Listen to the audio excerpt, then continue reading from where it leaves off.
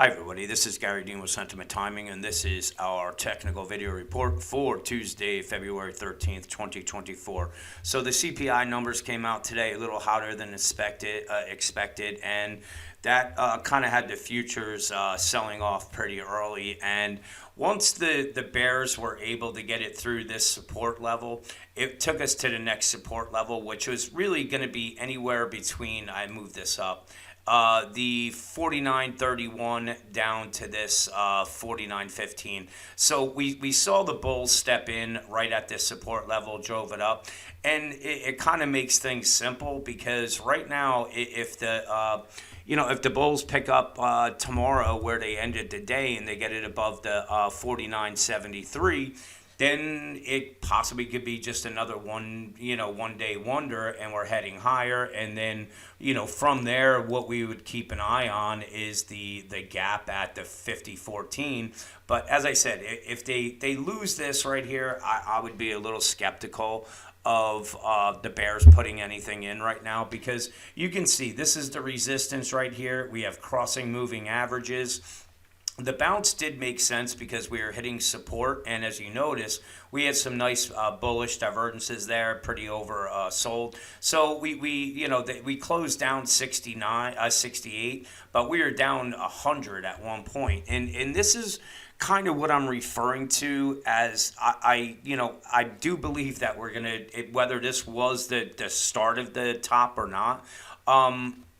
It's going to be really fast, meaning that we could shed off, anywhere from 400 to 600 points in a matter of weeks. And it could be something very similar to this, where it comes down and now you have everybody, all the bears out there saying we're starting the new bear market. And that would give us the market, the uncertainty or the caution of just buying the dip, and then when the low is made, and the expectations obviously are for some type of top in the springtime, but everybody would be kind of fighting that on the way up, and that's what would give it the juice to get back up to these levels or even a little higher. And then once we get there, this is just a scenario. I don't know if this plays out exactly like this, but in any case, once we got back up there, now you got all these people, especially if we see a 600 point drop in a couple weeks,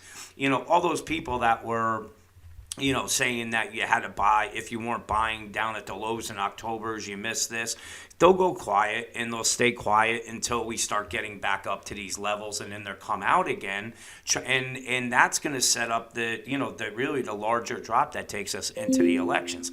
Now, something that actually supports that is looking at the weekly chart on the S&P here. So let me kind of move this over. And you remember what I was saying, where we don't have any bearish divergences on this. So if we got a decent move down that takes us somewhere, touches the 50-day moving average at the 4490 or the 4500 level, that's going to bring the momentum indicator down.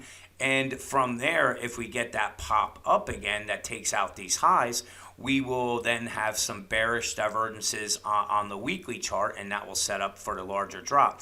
Now, this drop made sense because, as you can see on the daily chart, we did have bearish divergences, and all the intermediate term charts that I've been showing you, nothing has changed on those. They're the NIAD did tick down some today, and so that bearish divergence is still in play. The put call ratio doesn't come out until later, and obviously the stocks above their 50-day moving average got clobbered.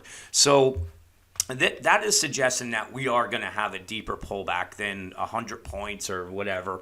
And, as I said, seeing a move down, I would be expecting a bounce at right around that 4,800, because it's the 50-day moving average.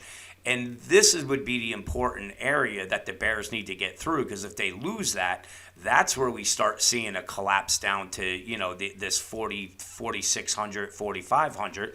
And again, it will throw some doubt into these, perma bulls view, because, we just saw a massive drop on that. So that's kind of the scenario. But as I said, it's all just hearsay until we see the, if the Bears can hold down this 49.77 and get below this 4,900 level before the Bulls get above here. If that happens, then the next support level's coming in at the 48.44, but more likely down at the 4,800, and that's going to be a decent little drop on that, but.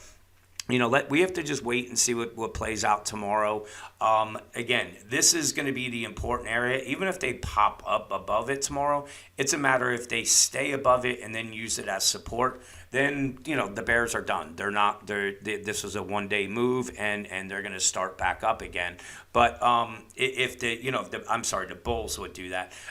If they can get it through it, now we start looking at some pretty big gaps because there's no real support levels because this thing pretty much went straight up. So let's see what plays out tomorrow. Have a great night, and I'll talk to you guys in the morning.